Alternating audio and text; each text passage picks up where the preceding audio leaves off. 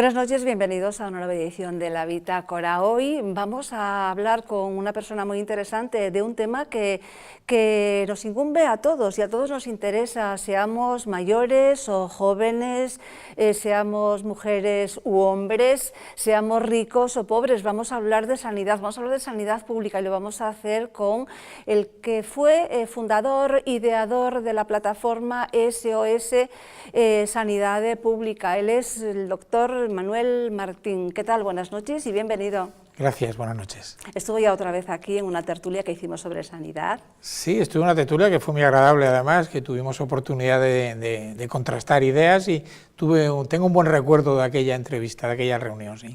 Usted es médico, fue además profesor de la Escuela de Enfermería de Vigo.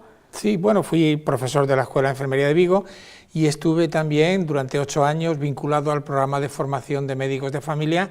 Fuimos los primeros que empezamos con esta especialización de los médicos generales, que ahora ya son especialistas y que tienen, bueno, pues una formación muy correcta y muy técnica y que pueden abordar la medicina de familia desde el lado técnico, de dominar las habilidades y los conocimientos de la medicina moderna y al mismo tiempo la proximidad al paciente y esa calidez que tiene que tener el médico hacia sus pacientes, ¿no? ¿Y cómo surge la idea de crear la plataforma SOS Sanidad Pública? Bueno, pues nació un poco de los problemas que tenemos en el sistema sanitario. En el sistema, bueno, la sanidad pública española es una muy buena sanidad, tiene problemas evidentemente, pero es una buena sanidad y así está reconocida a nivel internacional, pero bueno, hay intereses importantes que han visto en la sanidad pública un nicho de negocio importante, ¿no?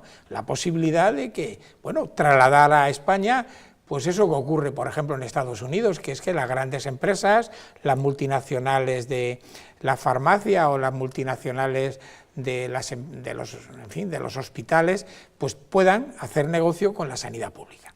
Eso existe en todos los países, en todas partes. Sí, bueno, evidentemente sí, pero en España, como tenemos un sistema sanitario que es muy potente, muy bien desarrollado, pues deja poco espacio a la sanidad privada. Yo no soy enemigo de la sanidad privada, me parece que hay personas que tienen interés en que determinados médicos les atienda y me parece bien, pero tiene que haber un buen sistema para que todo el mundo tenga la misma oportunidad. Vamos luego con lo de la sanidad privada, que nos lo tiene que explicar. ¿Por qué por ejemplo, dicen ustedes sanidad privada no, y eso en general el ciudadano no lo suele entender bien, pero esto lo vamos a reservar vamos a hablar antes de lo siguiente.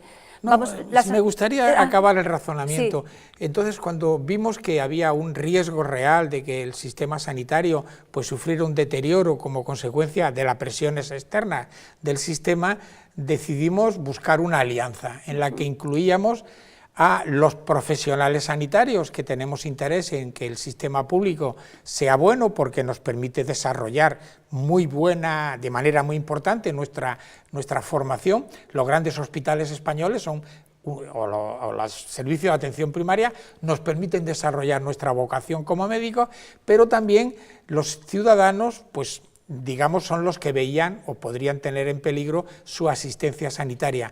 Por tanto, consideramos que una alianza en la que participáramos médicos y usuarios de la sanidad, pues sería la forma de poder hacer frente a los riesgos que corría el sistema y además proponer medidas de mejoras, porque ¿quién mejor que los propios usuarios o los propios médicos para plantear a las administraciones aquellas correcciones y aquellas mejoras que pudiera mejorar la asistencia sanitaria, ¿no? Eso es un poco la sanidad, SOS Sanidad Pública. Bien, es decir, usuarios, médicos, no políticos, ¿no? Bueno, en realidad el problema que tenemos es que todos somos, los ciudadanos tenemos siempre vertientes políticas. Bien, pero no profesionales de la política. No, vamos a ver, nosotros pertenecemos a una asociación de vecinos, podemos pertenecer a una organización de usuarios de la sanidad, pues por ejemplo una asociación de diabéticos o de pacientes con enfermedades mentales. Podemos pertenecer a un sindicato en el que estamos pues, para defender nuestros derechos laborales, podemos pertenecer a una ONG, por ejemplo, Médicos del Mundo. Bueno, En realidad, la única forma de poder vincular a los grupos sociales a una plataforma es a través de las organizaciones en las que estamos implicados. Evidentemente, eso exige que en la plataforma pues estén organizaciones de diferentes órdenes, sin que, bueno, y es un poco excepcional, porque normalmente son organizaciones que hasta entre ellas mantienen a veces relaciones de competencia, pero en este caso hemos sido capaces de hacerles entender que la unidad hace la fuerza y que podemos tener una enorme cantidad de objetivos comunes que nos permiten trabajar conjuntamente, ¿no? Por tanto, es una plataforma en la que participan una enorme cantidad de organizaciones sociales y de sanitarios también, evidentemente. La sanidad está transferida a las diferentes comunidades autónomas, bueno, pues entre ellas Galicia, donde estamos. Aquí en la Xunta de Galicia, por lo menos los políticos siempre dicen y presumen de haber sido pioneros en muchas cuestiones que luego, en muchos modelos de cosas que luego se han implementado o se están implementando en el ámbito nacional. Ustedes con algunas de ellas al menos no están de acuerdo. Sí, bueno, nosotros creemos que el modelo autonómico en sanidad es bueno, es acercar la administración a los usuarios y bueno, estamos de acuerdo, aunque tiene algunos riesgos evidentes. No me refiero a la transferencia, sino a... Volviendo a lo que me preguntaba usted, evidentemente aquí en Galicia se pusieron en marcha algunas medidas que nosotros no compartimos, como las fundaciones sanitarias o METEC, Instituto Galego de Medicina Técnica para gestionar la alta tecnología. Bueno, la idea que tenían era trasladar al ámbito sanitario las virtudes teóricas de la empresa, ¿no? Se suponía que iban a garantizar más eficiencia, más acercamiento a la realidad de los usuarios, más transparencia. Bueno, la realidad no fue así. La realidad es que en cuanto tú trasladas al sector sanitario los objetivos de las empresas, los objetivos legítimos de la empresa, que es conseguir unos buenos resultados económicos... Es el ánimo de lucro, claro, la empresa entonces, es eso. Ocurre que ahí no es un ámbito bueno. Yo creo que puede ser bueno para construir coches o para vender productos comerciales, pero para la sanidad no es nada bueno, porque en cuanto hay el lucro y en cuanto hay la cuenta de resultados, siempre tienes que reducir el paciente que no es un cliente bueno y que suele ser el que más necesidad de asistencia tiene, ¿no? Y cuando también quieres reducir costes, pues te tienes que ir a reducir prestaciones, hay que reducir radiografías, hay que reducir análisis o modificar la conducta del médico para hacerla menos costosa para el sistema. En definitiva, los resultados fueron muy negativos y también es verdad que Galicia fue pionera en las fundaciones, en la empresarialización de la sanidad, pero también fuimos la primera comunidad autónoma que las integró en el sistema sanitario cuando vieron que no se obtenían aquellos resultados que teóricamente debieran de tener. Eran más costosas, hacían selección de pacientes, reducían costes reduciendo actividad, en definitiva tenían muchos problemas. ¿Pero está ocurriendo ahora eso? Bueno, las fundaciones sanitarias, lo que eran los hospitales fundaciones sanitarias, que eran en Berín, en el Barco de Valdeorras, en Barbanza, etcétera, esas sí se reintegraron al sistema público. Lo que ocurre es que otras siguen estando en la órbita de la gestión privada, como puede ser el 061 y el Instituto Gallego de Oftalmología. Nosotros somos críticos con esta forma. Creemos que efectivamente podemos mejorar la eficiencia de los servicios, pero no a través de la empresarialización. Nosotros en estos momentos estamos planteando que esas organizaciones se reintegren al sistema público para evitar los riesgos que puede correr la ciudadanía. Yo no sé si me permite, le voy a contar un poco un riesgo que corrimos en Vigo. En Vigo se creó el Instituto Gallego de Medicina Técnica para hacer pruebas radiográficas de alta complejidad y para la cardiología intervencionista. Bueno, pues hubo un problema, que era que empezaron a detectarse que había pacientes que se ponían malos, en fin, que se complicaba su tratamiento.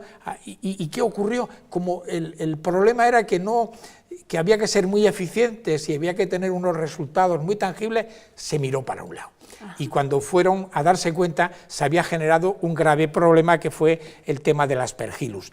Había un equipamiento, un quirófano que se había ahorrado mucho dinero y que no se habían aplicado los criterios estrictos de seguridad de las administraciones públicas, y unos trabajadores muy interesados en ser muy productivos y muy eficientes. Y estas dos cosas son peligrosas, porque la sanidad exige cuidado, no mirar a la parte económica cuando estás tratando al paciente, y de verdad que, bueno, garantizar la seguridad por encima de la productividad. Bien, esto ocurre cuando se privatizan servicios, pero entonces ahora, dado que estamos en una etapa de crisis con muchas reformas y recortes, eso también podría ocurrir, no sé si está ocurriendo ya, en la sanidad pública. Claro, vamos a ver, en la crisis pues lo que se pretende siempre es reducir costes, ¿no? Reducir costes significa en la sanidad reducir personal sanitario, significa, bueno, hacer pagar a los pacientes una parte de la atención que antes no se pagaba, significa, bueno, pues cerrar centros sanitarios que pueden aparecer como poco eficientes, ¿no? Todo eso tiene evidentes riesgos. En Galicia hemos visto cómo el presupuesto sanitario se ha reducido de manera importante. Con respecto al año 2009, el presupuesto se redujo en 300 millones. ¿Es mucho? Pues sí que es mucho. Es lo que cuesta construir un hospital de 1.400 camas. Hemos podido construir 3 o 4 hospitales de 1.400 camas si no hubiéramos hecho los recortes sanitarios en el gasto. Por ejemplo, se han cerrado los hospitales por la tarde, no hay actividad. ¿Y qué ha pasado? En cuanto se ha reducido la actividad de los quirófanos, la actividad de los servicios de laboratorio y de radiología, ha aumentado las listas de espera. Tenemos un 30% más de listas de espera de las que había inicialmente hace unos años. Y al mismo tiempo la reducción de personal sanitario pues hace que la masificación de las consultas sean importantes. Se han reducido personal, claro. Había previsto crear más de 1.000 plazas en atención primaria, son los servicios más cercanos al ciudadano.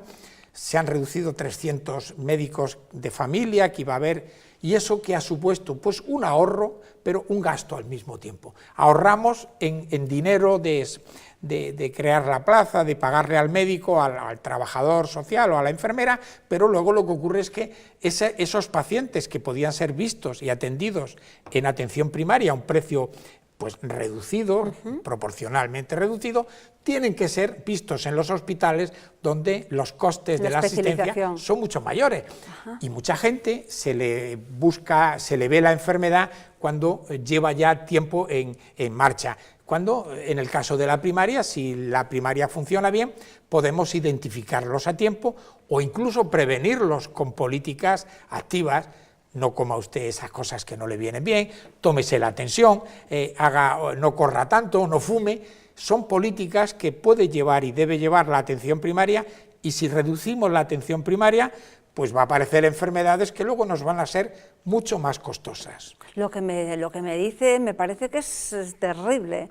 Sí, bueno, fíjese usted, habíamos llegado a un acuerdo con la Administración a través de la Sociedad de Medicina Familia, que colabora con la plataforma y mi propia asociación, y con las organizaciones del resto de la ciudadanía, del resto de los profesionales de sanidad, para que la primaria sufriera un empujón hacia arriba. Teníamos que quitar las trabas para pedir pruebas diagnósticas, teníamos que mejorar el equipamiento, con equipo que puede ser manejado perfectamente en primaria, y quitar la burocracia. ¿Qué ocurrió? Lo que ocurrió es que este proyecto, cuando iba en marcha, cuando estábamos en la mitad del camino, lo han anulado, para ahorrar 70 millones de euros. Fíjese usted, estamos hablando de miles de millones de euros a los bancos, etcétera, etcétera, y 70 millones de euros no son apenas nada. Hubiera sido un empujón magnífico para que los ciudadanos no tuvieran la masificación que tienen en los centros de atención primaria, y para no tener que ir a los especialistas de manera inadecuada, porque su médico de familia o su médica de familia le podría haber resuelto con el equipamiento necesario su problema de salud. Es un problema, usted lo ha dicho muy bien. Tenemos que obligar a las administraciones a que la primaria vuelva a ser una prioridad, y más en tiempos de crisis. En tiempos de crisis hay que ahorrar. Claro, para ahorrarnos lo de después de la especialización. Claro, es mucho más barato diagnosticar a una persona en un centro de salud que mandarlo a un hospital. Por tanto, yo creo que en tiempos de crisis la primaria debía de ser potenciada. y no ha sido así. Aparte también con un coste humano tremendo, porque si te detectan algo ahí en la consulta, pues es muchísimo mejor tratarlo cuando es un tema incipiente que no cuando ya tienen que pues tumbarte en la camilla, intubarte y demás, ¿no? Claro, somos la envidia del mundo. Fíjese, yo que estoy haciendo esta crítica de nuestro servicio de primaria, que considero que podían mejorarse mucho. Pero lo hace como prevención, ¿no? Sí, yo le puedo decir que al mismo tiempo somos un buen sistema de salud porque tenemos una primaria buena. Hay países donde la primaria no existe o tiene un papel muy reducido. Por tanto, hay poca racionalidad, los pacientes acuden al especialista muchas veces de manera inadecuada, no hay las políticas de educación y de prevención y de promoción de la salud que tenemos en España. Por tanto, este buen sistema que tenemos ha hecho que tengamos una calidad como sistema que es reconocida a nivel internacional. Probablemente podemos estar entre los 4 o 5 primeros países del mundo en atención primaria. Yo creo que tenemos que aprovechar nuestras potencialidades. Ahora que se está hablando de la marca España, caray, pues eso es una marca buena, pero hay que meter dinero, no podemos esperar a que funcionen las cosas solo con la buena voluntad o con, en fin, permitiendo los deterioros que el paso del tiempo produce en los sistemas, ¿no? Doctor Martín, ¿se están reponiendo las jubilaciones en general, en primaria, en especializada? No se están reponiendo. O al menos en un porcentaje importante. Eso es un problema. Vamos a ver, nosotros consideramos que bueno, hay una bolsa de paro, hay mucha gente joven que tiene derecho a tener espacio en la sanidad pública y consideramos que, bueno, pues las jubilaciones está bien y además el médico tiene también derecho a gozar de un tiempo, en fin, después de mucho trabajo, es un trabajo muy estresante, es un trabajo muy sacrificado que quema mucho, por llamarlo de alguna manera.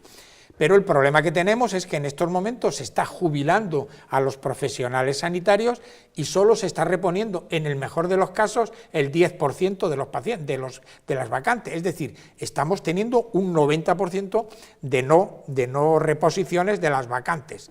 Tenemos una profesión médica bastante envejecida porque el sistema se desarrolló en los años 80, se metió mucho dinero, muchos hospitales, mucha atención primaria y en estos momentos ha habido y está habiendo muchos médicos que están llegando a la cercanía de los 65 años. Pues lo lógico es que esa gente, cuando se jubile, se reponga. Es más, se ha producido una paradoja.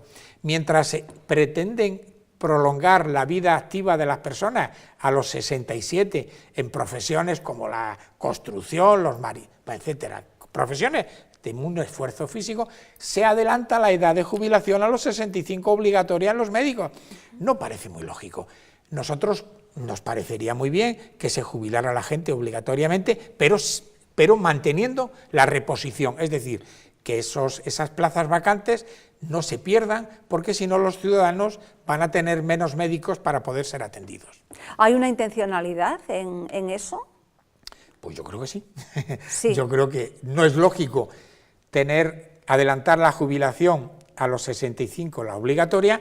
Hacía 9 meses que la consellera de Sanidade había llegado a un acuerdo en el Parlamento de Galicia, por iniciativa de la propia consellera, de prolongar la vida laboral hasta los 70 años, y de repente se dice no, a los 65 obligatoria, mientras al resto de los trabajadores se la prolongamos a los 67. Y eso sí, solo reponemos el 10%.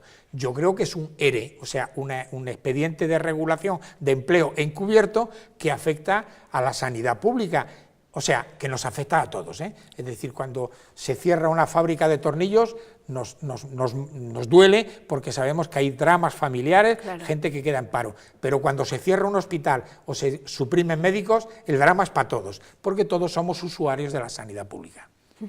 Bueno, ¿y qué le parece el programa de hospitales que tenemos, que tiene en marcha la Xunta? Bueno, yo creo que el programa de hospitales es que no tiene programa de hospitales. Aquí lo único que se pretende, por lo que entendemos nosotros, es ahorrar y trasladar al sector... En construcción me refiero, ¿eh? Sí, en construcción, sí, próxima inauguración, sí, recién inaugurados... Sí, claro, por eso le quería explicar a nosotros, vamos a ver, el programa de hospitales consiste en grandes líneas en construir un gran hospital en Vigo, que hacía falta porque se ha quedado, tiene más de 50 años, ampliar el hospital de Pontevedra, que se ha quedado corto en la ciudad, y luego un conjunto de planes de directorios, que son planes para que los hospitales que están envejeciendo o que tienen que mejorar y crecer, cualquier persona sabe que al cabo de los años tiene que hacer obras en el baño, tiene que abrir una habitación para el nieto o para la hija, etcétera. Bueno, eso hay que hacerlo en los hospitales también, se incorporan nuevas técnicas, nuevos aparatos.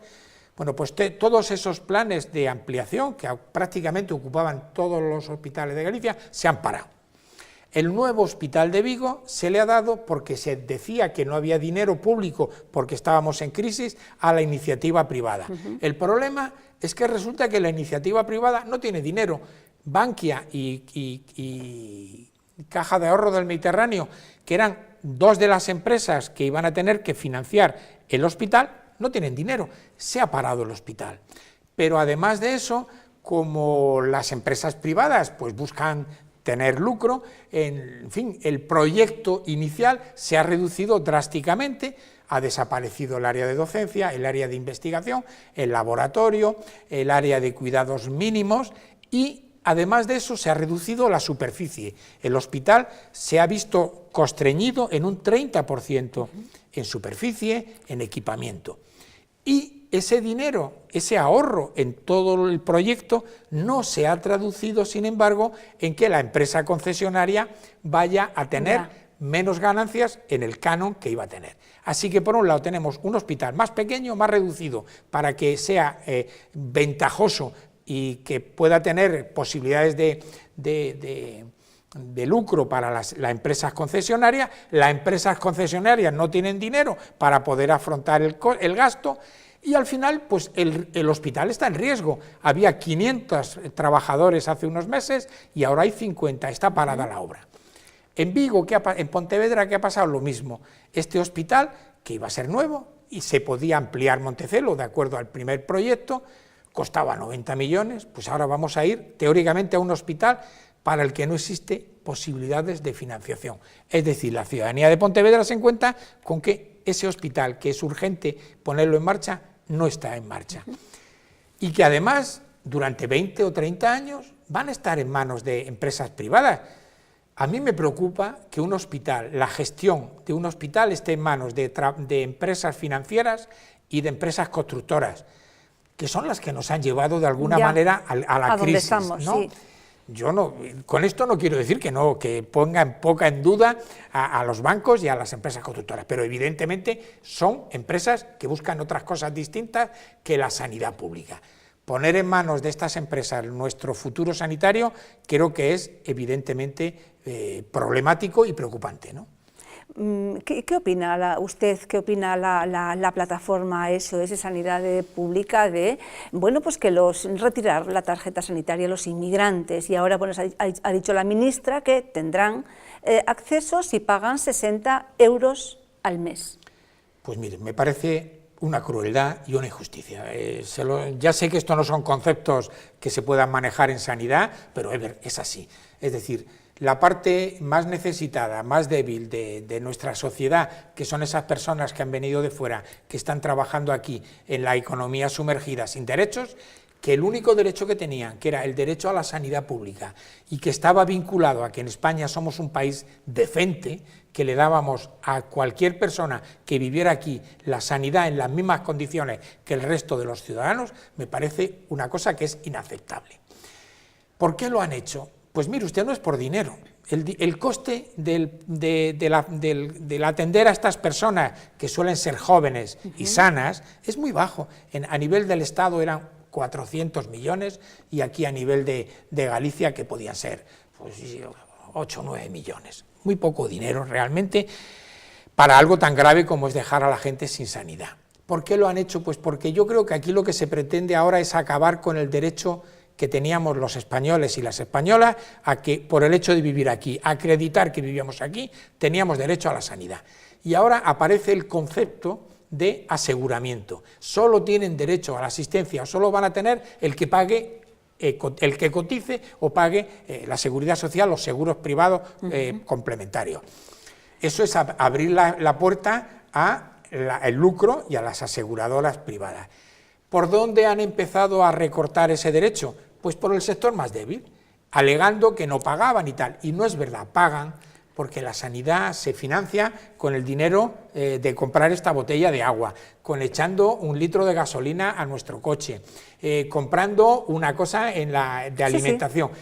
Eso es la parte de los impuestos que están financiando la sanidad. Luego sí están financiando la sanidad, y aunque no la financiara, me parece cruel que a estos grupos desprotegidos les dejemos sin sanidad. Pero cuidado, primero son ellos, porque los que han decidido creen que tienen menos capacidad de respuesta, que tienen menos poder de enfrentarse a esta medida, porque no pueden. Claro.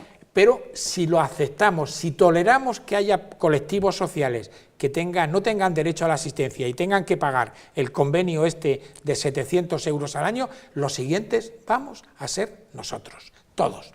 Y nos va a costar una parte importante de nuestro sueldo. ¿Qué hacer entonces? ¿Qué defensa tiene el ciudadano? Yo primero quisiera decir, en aras de la justicia, que aquí en la comunidad autónoma, el gobierno de la comunidad autónoma no lo va a aplicar en Galicia, por lo menos durante este año. Hemos llegado a un acuerdo con la Consellería de Sanidad para que todas las personas que tenían derecho a la asistencia sanitaria y que se les retira la tarjeta, tengan una tarjeta provisional. En esa tarjeta provisional, pues se les va a dar las mismas prestaciones. Por lo menos durante un año vamos a tener a esas personas sin merma de sus derechos. Y luego parece que se negociaría. Me parece decente y yo creo que es bueno que nuestra consellería pues haya hecho eso. Pero eso no niega que nosotros sigamos, oponiéndonos al fondo de la cuestión. No es el seguro, no es cotizar lo que tiene que darnos derecho a la sanidad, sino el ser una persona, el ser un ciudadano de este país y el tener residencia en nuestra comunidad autónoma. Bien, pues hemos llegado ya al fin, pero le dejo que ponga su broche. Seguramente que se ha quedado algo que usted considera importante decir, que yo no le he preguntado. Hombre, yo lo que quisiera decir es que en estos momentos realmente por primera vez nuestra sanidad pública está en quiebra, en riesgo de quiebra. Digamos, hay una confluencia fatal entre una crisis económica que está reduciendo el gasto público y una apetencia de empresas multinacionales que han visto en la sanidad un importante nicho, una importante oportunidad de negocio. Tenemos que unirnos todos, tenemos que unirnos los ciudadanos usuarios de la sanidad, por encima de nuestras ideologías políticas. Aquí no hay Partido Popular, bloques, Partido Socialista. Todos somos ciudadanos y todos somos usuarios. Tenemos que unirnos los profesionales, que podemos perder mucho si nos vamos al sector privado, donde nos condiciona mucho la atención sanitaria. El país puede perder mucho porque es mucho más barato. Somos la sanidad más barata de Europa. Pagamos 1.300 euros al año por habitante y en Europa la media es 1.600 y pico, casi 1.700. Vamos a perder competitividad porque nos va a costar más hacer lo mismo para curar a nuestros enfermos. Los medios de comunicación que conforman la opinión pública. Tenemos que unirnos todos, tenemos que hacer que los que deciden, las administraciones, entiendan que no estamos dispuestos a aceptarlo y a tolerarlo y que vamos a tener una rebeldía, yo no una rebeldía de algarada, pero sí una rebeldía profunda y decirles no. Tenemos una sanidad pública buena, queremos mantenerla, es posible mantenerla, no está en quiebra económica ni mucho menos, y es cuestión de que haya voluntad política de hacerlo. Y yo espero que todas las organizaciones políticas que pueden gobernar este país pues coincidan en esto que planteamos desde la plataforma nuestra. Muy bien, doctor Martín, pues muchísimas gracias. Lo emplazamos para nuevas oportunidades porque es mucho lo que se quedó por decir. No hablamos pues de más recortes, no hablamos de ese copago farmacéutico, no hablamos de si nos medicamos demasiado, si eran necesarias algunas de estas medidas, que no todo es negativo, ¿verdad? Claro, cuando ustedes quieran, nosotros encantados. Pues lo emplazamos para nuevas oportunidades, bien en entrevista, bien en tertulia, estaremos encantados de tenerlo nuevamente. Muchísimas gracias, hasta siempre. Gracias a ustedes por acompañarnos un día más. Nos despedimos hasta el lunes, a eso de las 10:30 estaremos nuevamente con ustedes para analizar la actualidad. Que pasen buen fin de semana.